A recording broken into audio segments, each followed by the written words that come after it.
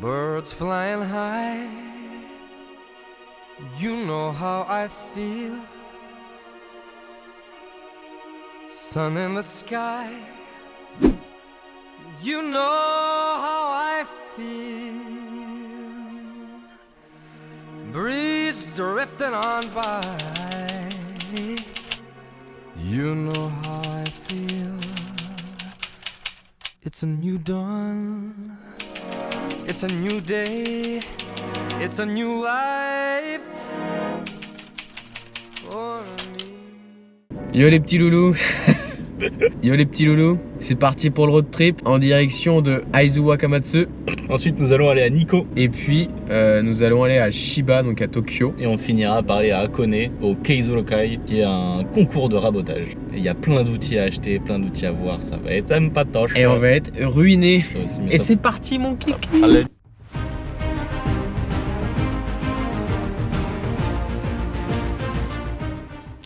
Nous partons que maintenant, donc là en direction de Aizu Wakamatsu. À 4h, un très grand lac nous attend. Ça va être magnifique. Là on va dodo là-bas et le lendemain on va voir un très beau paysage. Ouais. Ça va être magnifique. Petit paysage au réveil là. Voilà. Allez c'est parti, gros bisous.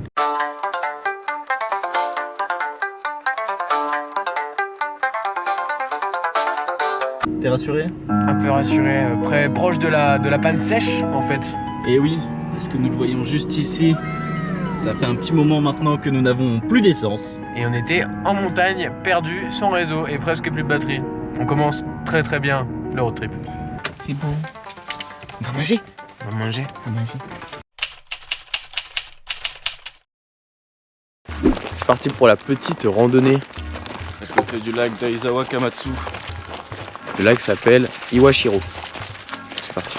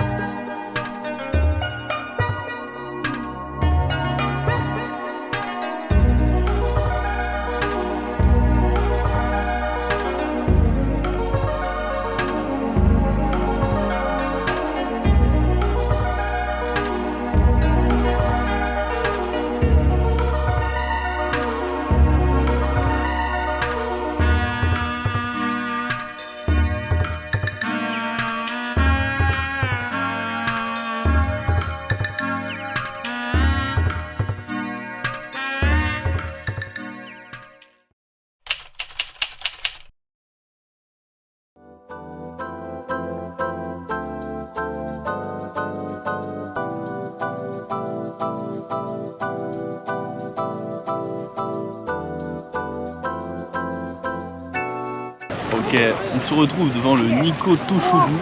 Donc ça va être le sanctuaire qui va être juste derrière. Il a été construit en 1617 par Tokugawa Hidetada pour honorer les derniers vœux de son père. Celui abrite aussi 5 structures qui sont classées comme trésors nationaux et 2 katanas qui sont aussi considérés comme des trésors nationaux.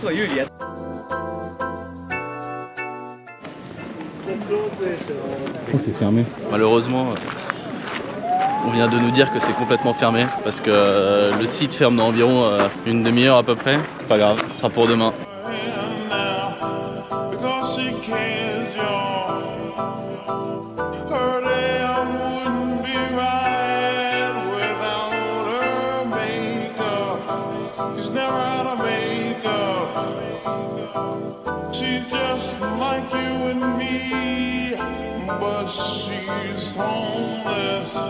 She's homeless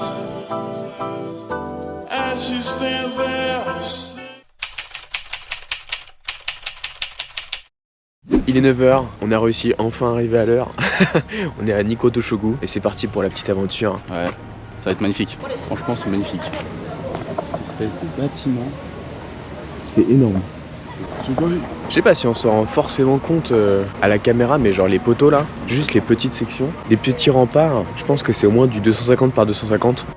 Voilà, il y a le petit Nathan qui va se mettre juste à côté pour un peu comparer la taille du truc.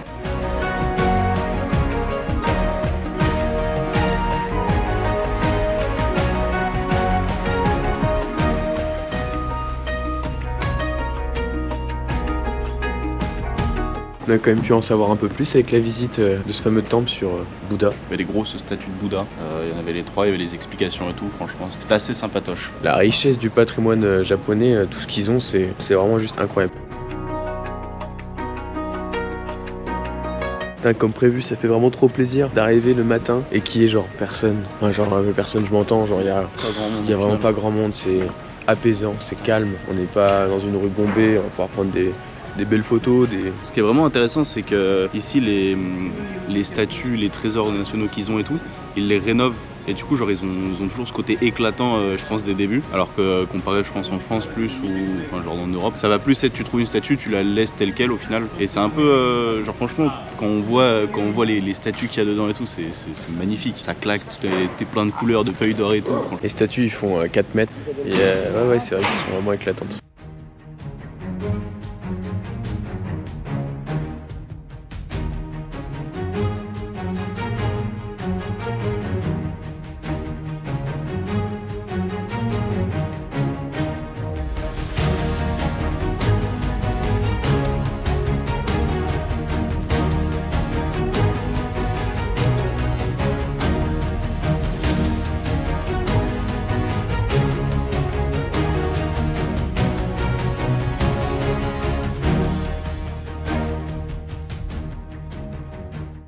Qu'est-ce qu'on peut dire de plus à Toshogun?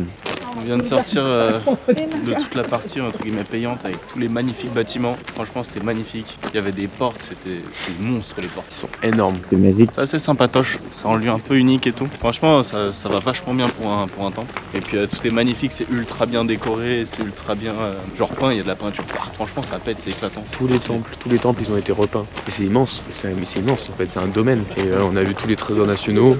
Franchement, c'est pète sa mère. C'est dommage qu'on peut pas filmer. On peut filmer rarement en fait au final. Ouais, on peut filmer que les apparences extérieures, mais quand on est à l'intérieur et qu'on voit tout, Bouddha, etc. et tout, c'est mort, on n'a pas le droit de filmer. Mais c'est un plaisir pour les yeux quand même. Dis-moi pourquoi l'enfer. On a un joli bouton là pour notre téléphone. Regarde, tu peux zoomer aussi. Sauf que quand tu veux pas zoomer, juste prendre une photo, des fois ça zoome, c'est chiant. Problème de riche, gros problème de riche.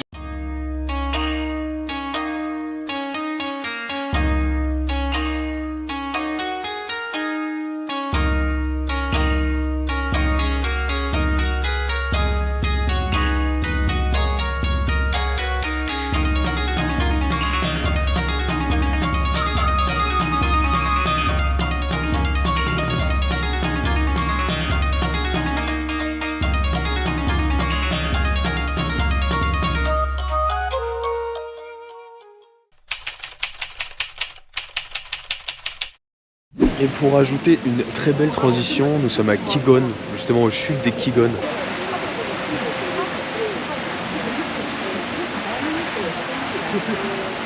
À la saison justement du Koyo, donc à l'automne.